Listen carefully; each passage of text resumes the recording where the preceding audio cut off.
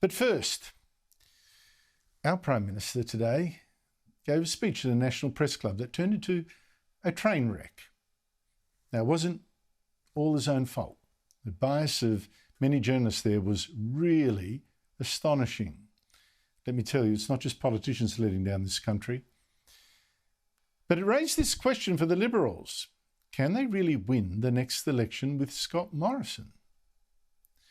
Now, Morrison started his speech reasonably well, addressing exactly the problem, one I mentioned last night, that's killing the Liberals now in the polls.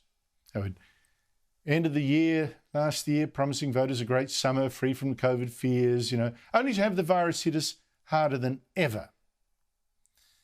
But he tried today to balance taking responsibility for some of his stumbles with reminding us that Australia really has done better with this virus than almost any country on earth. The fact that far worse outcomes have been experienced overseas, which we know, well, that gives some important perspective, but it doesn't soften the blow. And it's fair enough that this disappointment leads you to ask, couldn't you have done more? Couldn't this have been avoided? After all, aren't you responsible? I get that. I haven't got everything right. And I'll take my fair share of the criticism and the blame. It goes with the job.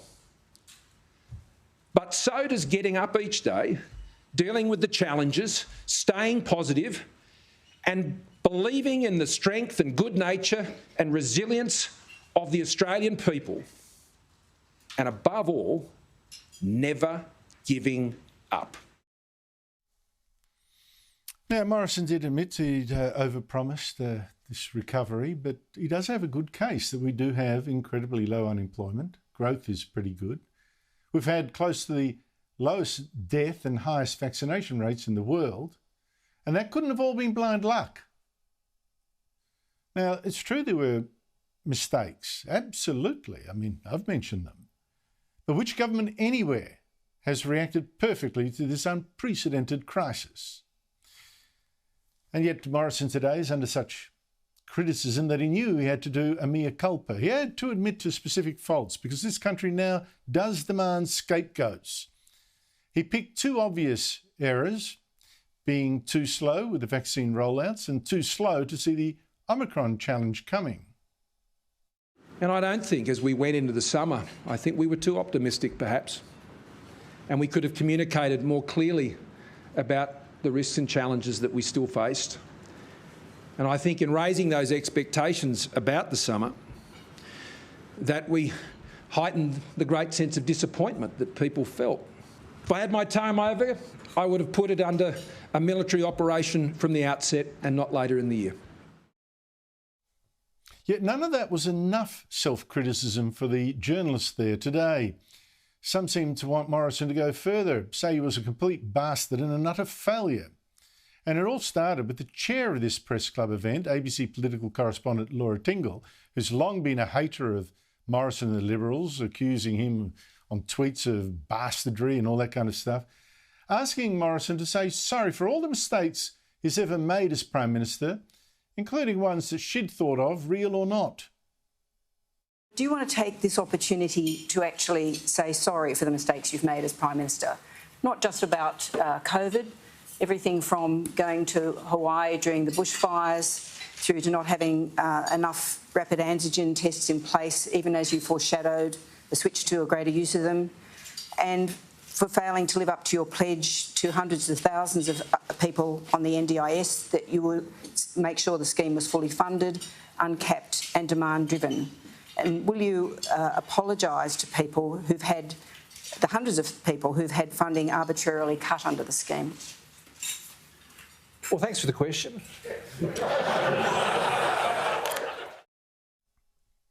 The ABC, which is totally overrun by leftists like Laura Tingle, is supposed to be unbiased. That's the law because it's taxpayer funded. I mean, just contrast Tingle's hostile question to Morrison today with a very friendly one that she asked the Labor leader last week at the very same venue. How would you actually physically make RATS tests free? How would you distribute them? What role would the federal government have that it doesn't have now?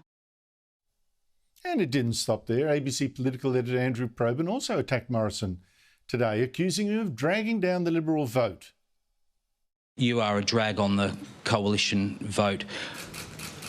Why are you the best person to lead the coalition to the next election? Now, Morrison tried to answer that question, but he didn't do it with much conviction. He looked tired, he looked rattled, to be honest. Said, oh, look, I'm more experienced at delivering stuff, standing up against hostile forces and all that. But I rather suspect some Liberal MPs will now ask, well, exactly why is he the best to lead us? Now, you might think I'm being too negative here, and believe me, tomorrow I'm going to switch my sights very much on the Labor Party. But I have some bad news for you. Today actually got much worse for Morrison, much, much worse. Sky News political editor Andrew Clennell then asked what I must say was a gotcha question. Have you lost touch with ordinary Australians? And on that theme, off the top of your head, can you tell me the price of a loaf of bread, a litre of petrol and a rapid antigen test? Now, I'm not going to pretend to you that I go out each day and I buy a loaf of bread and I buy a litre of milk. I'm not going to pretend to you that I do that. And I'll leave those sort of things to you, mate. And you can run it. But the point is, I do my job every day to ensure that those things are as affordable as they possibly can be for Australians every single day. Now, personally, I think that question was unfair and irrelevant, because what difference to our lives does it make if Morrison knows that bread is $3.30 or thinks it's $5? And that said, Morrison being unable to answer, that is stupid. I mean, you could see him scrabbling for some paper, which I presume included the prices that most MPs carry around them just in case of a question like this. I mean, former Prime Minister John Howard always made sure that he knew the answer so some journalists wouldn't trip him up. And yet the worst was yet to come.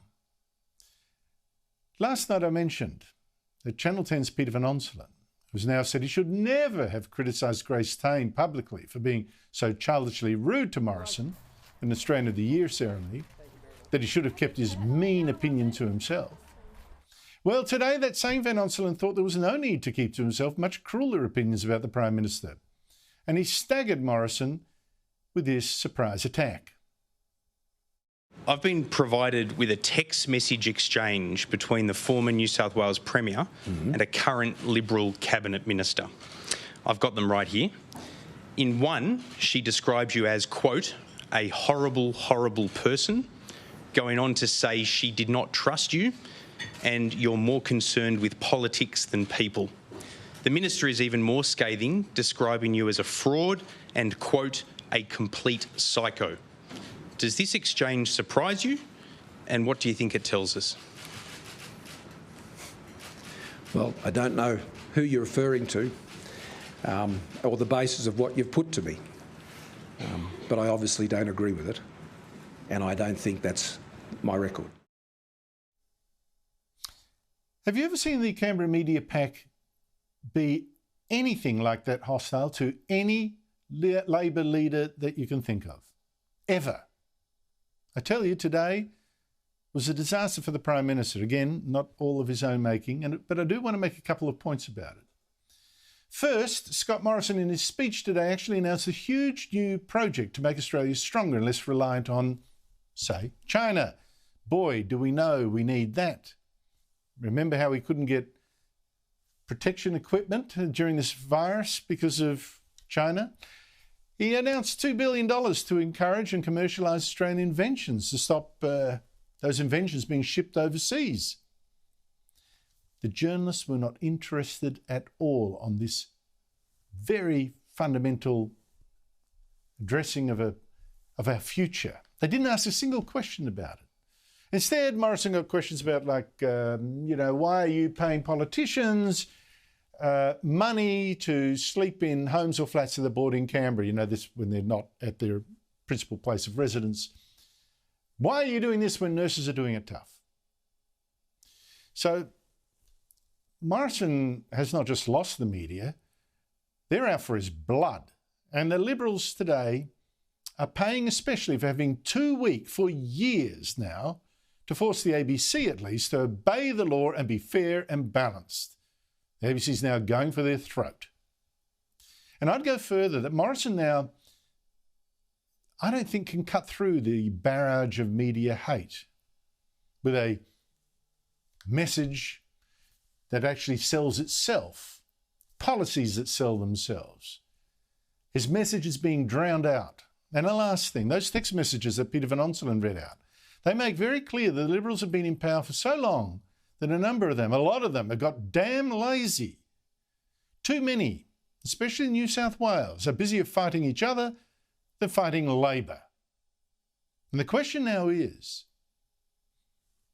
Morrison finished?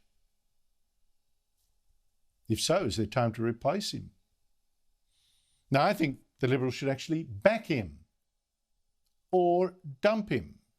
But for now, too many are just leaving him to twist in the wind.